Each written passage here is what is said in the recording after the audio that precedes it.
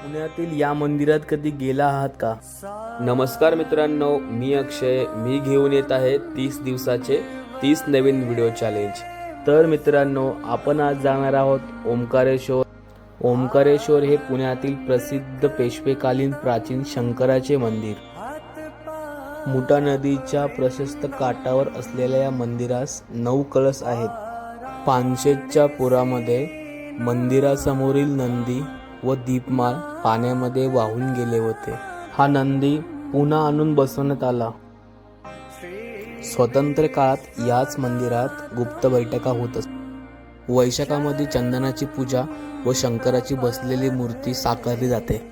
गुढीपाडवा, दिवाळी व वसंत पंचमी या सणाला पेशवे काळापासून पोशाख व मुखवटा देवाला परिधान करून सजवले जाते.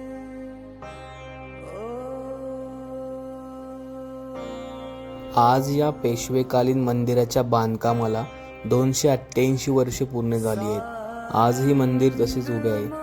तर मित्रांनो, भेटूया पुढच्या व्हिडिओमध्ये.